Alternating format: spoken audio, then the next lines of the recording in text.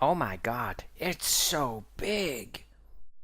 You've obviously noticed if you take the two consoles now side by side, the PlayStation 4 and the Xbox One, there's a noticeable size difference. Now we're not talking about the squinty slanty shape of the PS4 and the more rigid right angled shape of the Xbox One, but the actual physical size of the machines themselves. Well, guess what, guys? It's supposed to be that big. That's right, the Xbox One is supposed to be the size it is. But why is it supposed to be that size? I hear you say. Well, apparently the machine is designed to be always on for 10 years. Huh? Always on for 10 years? That is a hell of a long time. Basically, we all know what happened last time round with Xbox 360, the dreaded red ring of death, etc. Basically, Microsoft cannot afford to have hardware issues this time round. They just simply cannot afford to. So basically, what they've done is put the reliability of the machine first. It's already been said that they're aiming for this console generation, or the new console generation, or the next console generation, if you like. It's going to be a 10-year life cycle. Obviously, with the focus of the Xbox One being the home media entertainment center, will we call it, with the TV integration, etc., it needs to be sitting in your living room silent.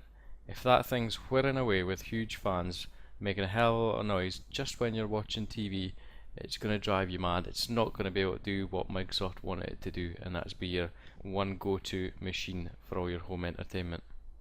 So taking that into consideration, the fact that the main thing is it's silent and it's reliable, what's going to make it reliable? Have a decent cooling. And how are you going to have decent cooling? Have a large fan. Basically, the larger the fan of the machine, the slower it needs to spin, which means it's a lot less noisy. A big problem for me with the original Xbox 360 was the noise of the machine. Even I felt when you're playing a game just from the hard drive, it was still very, very audible. Developers are saying currently that you can hardly even tell that the machine's switched on when it's on. The only time you're able to be aware of any sort of fan noises when you start playing games, and obviously you need that extra bit of oomph, that extra bit of cooling.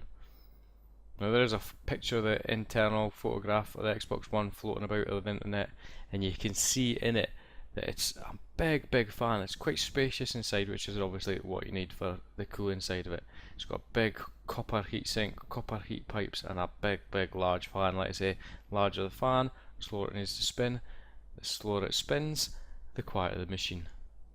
Yes, the PlayStation 4 is slightly smaller than the Xbox One, but at least we now know Microsoft's thoughts behind it.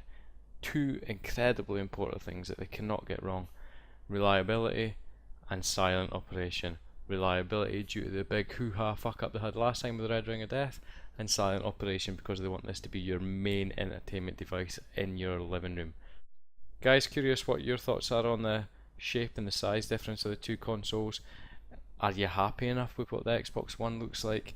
The size of the machine does look pretty hefty from what we've seen online compared to the smaller PS4. Does it bother you? Are you just one of these people that put it in its place and just ignore it and play your games on it?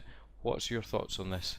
As always, guys, thanks very much for listening. Your support is much appreciated. If you're new and this is your first time here, please click the like button to show your appreciation. And if you're not a subscriber, please hit that subscribe button. Much appreciated. Until next time.